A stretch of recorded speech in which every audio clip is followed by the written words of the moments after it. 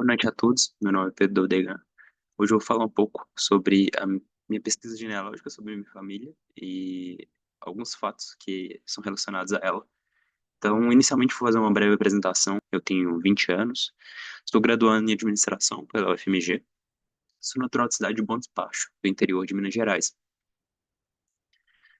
Eu comecei a despertar interesse sobre a genealogia muito embasado, na figura do meu avô. Tive pouca convivência com ele, mas sempre muita curiosidade em saber um pouco mais sobre a sua história, já que ele era bastante reservado, não comentava muito sobre o passado.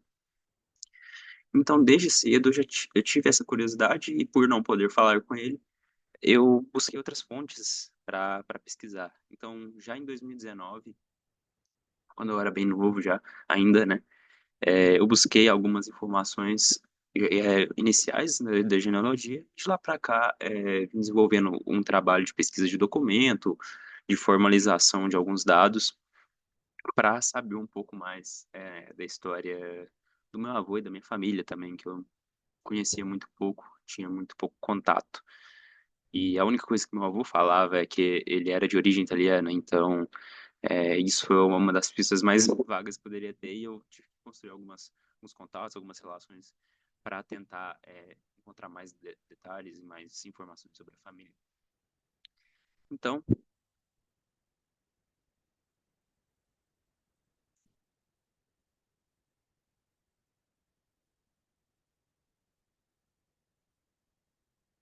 então, eu iniciei essa pesquisa basicamente buscando informações que eu já possuía, que já estavam vamos dizer, em posse da família aqui no Brasil, contatando alguns parentes, e cheguei a conseguir, através também de pesquisas em documentação italiana, realizadas por mim mesmo, em chegar até um antepassado, o avô do meu antepassado, que havia nascido na Itália.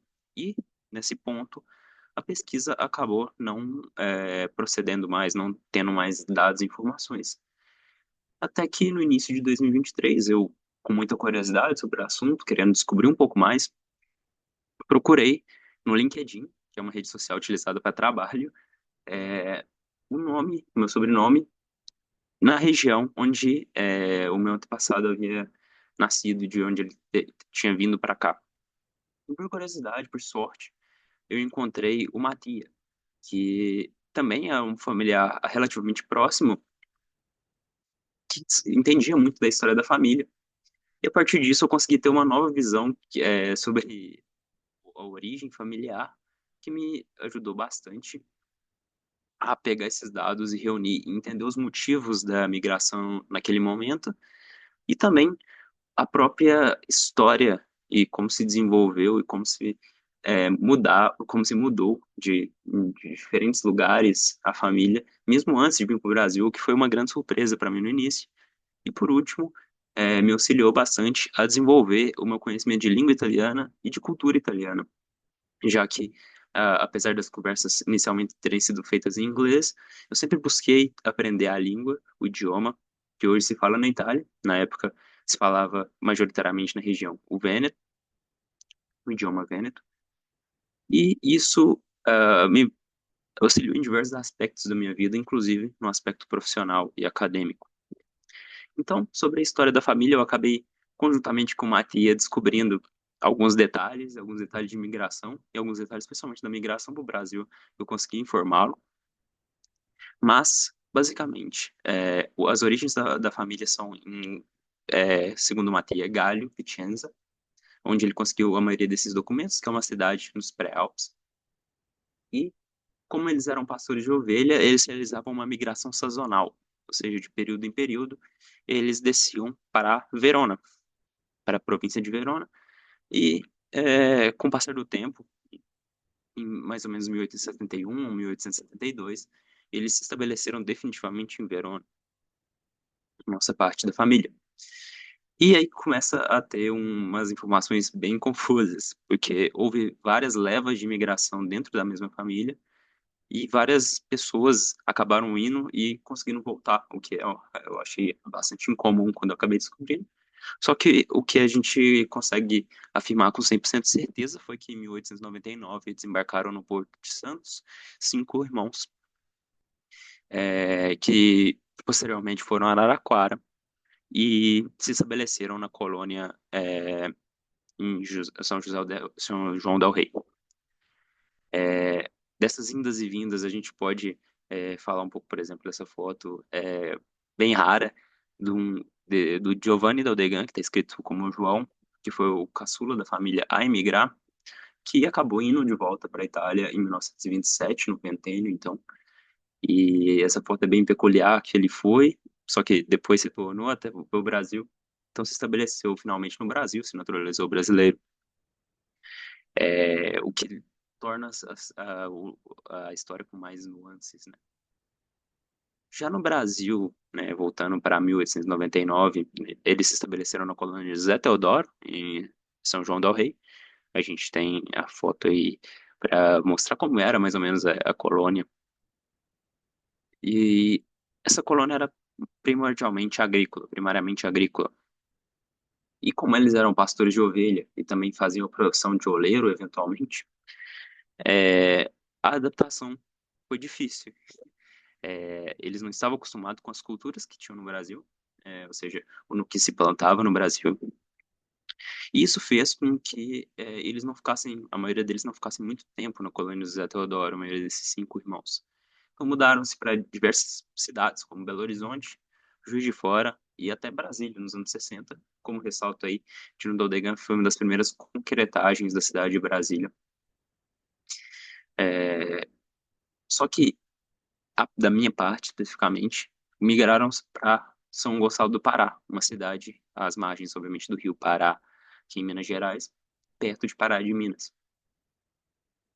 E eles mudaram-se principalmente porque o meu antepassado, Giuseppe, como não havia tanto conhecimento na época sobre agricultura, acabou tomando diversos empregos e um desses empregos acabou sendo trabalhar instalando os dormentes da ferrovia, da Estrada de Ferro Oeste de Minas, que tinha uma parada em São Gonçalo do Pará. Então ali ele se estabeleceu e com o passar do tempo ele conseguiu, através de um acordo, conseguir ter uma fazenda e algumas pequenas propriedades. E essa propriedade rural que ele se estabeleceu acabou se tornando algo muito maior. Essa propriedade ela foi adquirida de uma forma até engraçada, que o fazendeiro da época, na época as terras valiam muito pouco, então o fazendeiro queria se mudar para a cidade de São Gonçalo do Pará, e ele acabou ofertando que o Giuseppe, como ele era um conhecido dele da região, pagasse a fazenda com trabalho, ou seja, com o que ele plantava e tudo mais, porque ele não tinha condição financeira de fazer esse trabalho, fazer esse pagamento de uma vez. E ele deu um prazo até de 10 a 5 anos. E esse prazo utilizado, esse prazo que ele deu era algo assim, ele não vai me pagar mesmo, então vou dar esse prazo, porque a fazenda era muito improdutiva. Só que em 3 anos o Giuseppe já quitou, com todo o trabalho que ele empenhou na fazenda, quitou esse pagamento e começou a empreender diversas indústrias lá. Ou seja, uma delas era a olaria, outra seria o plantio rural, que ele começou a se adaptar, e por último a atividade madeireira, que foi uma das atividades mais importantes. O que mostra bastante, né, essa capacidade de se adaptar às condições locais, se adaptar como empreendedores dos italianos no Brasil, empreendendo em diversos ramos diferentes. Essa olaria, João Dodecai e Irmão, por exemplo, foi uma das primeiras indústrias da cidade de Divinópolis, ou seja, ficava no território de Divinópolis, recém-criado, e foi uma das primeiras indústrias, tanto que recebeu incentivo fiscal para isso. Então mostra a capacidade de se desenvolver em situações adversas, assim como o principal ramo da família, que é o ramo de transportes. Eu já disse que trabalhavam, pelo menos Giuseppe Dodeghan trabalhou principalmente na questão ferroviária, mas seus filhos, ao se mudarem para Divinópolis, criaram uma das primeiras linhas regulares de ônibus do Centro-Oeste Mineiro, através do que viria a se chamar a Aviação São Cristóvão. Então, Antônio Dodeghan, um dos filhos de Giuseppe Dodeghan, criou essa linha, e aí tem uma imagem bem interessante das jardineiras ainda com carroceria de madeira. E essa é uma das primeiras jardineiras que faziam linhas intermunicipais e intramunicipais da cidade de Divinópolis, do Centro-Oeste Mineiro em geral. E esse negócio foi se expandindo até se tornar uma grande empresa que hoje é a Aviação São Cristóvão. Outros lados da família também empreenderam no mesmo ramo, o ramo de ônibus se tornou um ramo muito forte para a família. E aí, por exemplo, o ônibus de José do Odegan, o próprio avô, que também se aventurou no Centro-Oeste Mineiro, essa foto é de 1968.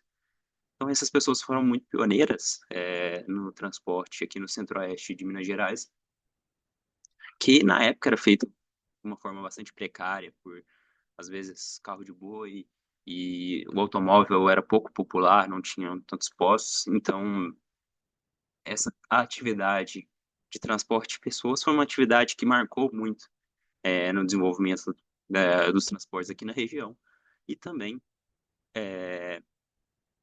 possibilitou que a família tivesse uma fonte de renda e algo um pouco mais estável, que continua até hoje. A gente tem exemplos da São Cristóvão e de outras viações de tamanho ou médio ou pequeno, como a da Odegan Turismo, que continuam no ramo de transportes. Então é isso. Essa foi a minha apresentação. Foi um pouco sobre como a pesquisa genealógica me ajudou na minha vida pessoal e também me fez descobrir coisas que eu nem imaginava. E também como a história da família, a história dos italianos em Minas Gerais sempre está conectado ao desenvolvimento econômico e também ao empreendedorismo, que é muito interessante. Muito obrigado.